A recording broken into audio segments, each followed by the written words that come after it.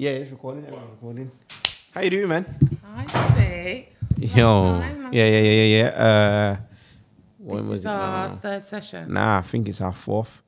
It's our fourth one. I'm pretty sure it's the fourth one. I think. Because I done one. Done another Then one. I did another one. Oh, was the New Year? Was the New Year one the second one? Yeah. This is All the right, third, cool. man. Third one. Yeah. But this is a nice, light and easy one today, obviously. Okay. I'm here, so I'll talk.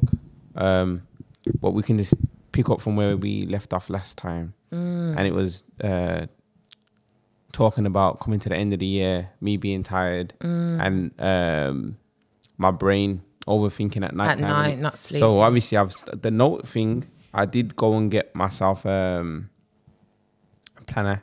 Okay. Yeah. A journal. It's not even a journal. It was a productivity planner. Okay. So it's like the book structured in a way where it kind of helps you to structure your day by writing down the 3 most important tasks. Love that. And then you got the secondary tasks, which are then like another 3 set of tasks, which are like secondly important to the first 3. Wow. And then you got, if you get through them, then you got space for some other miscellaneous tasks. Now, obviously, I tried it, and it's good, but I do think that it's restrictive though. Because the reality, planner. Yeah, because the reality is it might be due to my lack of discipline, but things are always moving fast, or things pop up. Do you get what I'm saying? But my understanding was you wasn't sleeping much because the thoughts were keeping you up at night. I was like, just journal down your thoughts and bring them in and share. But you've gone and done planning, which is slightly a bit different, which is good. It's different, good. But what you're saying now is actually this planning thing for me, I didn't achieve some of the things because the day is moving. It moves too fast. Like I might factor in X, Y, and Z. And then something pops up out of the blue, and then whatever's written down, you get what I'm saying? Like, that's not going to get done. But I think, obviously, you said to journal. Your thoughts. But within the planner, there's also a space where, like, at the end of the day, you write down, like, the things that you're most thankful for. You write down X, Y. So, like, it kind of, like, encompassed everything together. Do you get what I'm saying? Okay. But what I've took away from it is like I just generally now approach each day with just having 3 main tasks that I need to do. Whereas before I'd have like 15. I'd have bare things on there, and that's why simplifying things. Yeah, and that's why my brain was ticking over, because I'm thinking about all the things that I need to do and want to do, versus thinking about, okay, what's the most important and what needs to get done. So that has helped with me getting into bed and not thinking as much, because we have minimized the amount of things that's on the to-do list. You get what I'm saying? Hold on, let me just recap. Yeah. So this is the beauty of therapy. And so the homework was to kind of write down what was going on in your mind, but you got a plan and you did your own thing, which is brilliant. But what you found is it's helped because there's not so much thoughts trickling through the night. Yeah. Because obviously, it's like I'm holding myself less accountable to the worries and stresses, because you've done it. Well, yeah, to the amount of tasks. You get me? The worries, and that was coming in because obviously I'm finishing the day thinking I didn't get this and this done. You get me? But now I'm finishing the day saying the most important things they got done, and not every day is gonna run like that. So even when there are days where I don't get nothing done, it's all good. We just go again. You get what I'm saying? But absolutely. The strategy is to just minimize. How's your sleep? Like, you know what? It was better. So I've kind of been on a somewhat of a bit of a health journey, to get me. So towards the end of the year, the day when we recorded our last one, as I said, I weren't feeling great. I weren't feeling good at all. You know what I'm saying? Yeah. Like, just in the sense of being tired and you get me? So starting the year now, I just cut out a lot of like basically majority of processed foods. I cut them out. Like, I don't really eat them. I don't eat sweets like that. I don't eat chocolate. How you feeling? Feeling blessed. Like, I feel good. You know what I'm saying? And then I do intermittent fasting now as well. So like, my kind of window is around about 16 hours. Sometimes I push it to 18 or 20. But okay. But tell me what intermittent fasting is, it's please. like it's where you basically I need to get on that. yeah, you just don't eat for certain period of time in the day. You have People a smaller. say don't eat. That's not healthy. Well, from the research that I've been doing, that's not actually true. Yeah. Because your digestive system shouldn't be working constantly. Do you know what I'm saying? So when you're eating, you're always making your digestive system have to work. But my thing was all about blood levels. So obviously, I'm thinking, in all honesty, like towards the end of last year, I'm thinking, I feel like I'm borderline diabetes or diabetic or whatever. I'm thinking like that, and it was never medically proven. I didn't go to get it checked out. But you just feeling. I just wasn't feeling great yet. So I just said I need to just switch everything. You get what I'm saying? And I found out that there's a thing called insulin resistance, and that's where like your insulin levels they're always like high, and they're always being pushed in it. So the way to bring them back down and to kind of like make your sugar levels plateau and go back to normal, intermittent fasting is a thing that you can use as a strategy to help do that. You get me? And through just being on my little journey, it's just helped. You get what I'm saying? So obviously, I just cut out a lot of the rubbish, and it's made me more productive, because whilst doing that, then that's when I was doing the journaling and X, Y, and Z. You get what I'm saying? So I'm just in a better place physically, I believe, and obviously physically being in a better place is gonna then have an impact on your mental. Do you get what I'm saying? Well, I think it's one of the same thing. Yeah. I think if your mind's right, body's right, and if your body's right, it can help your mind.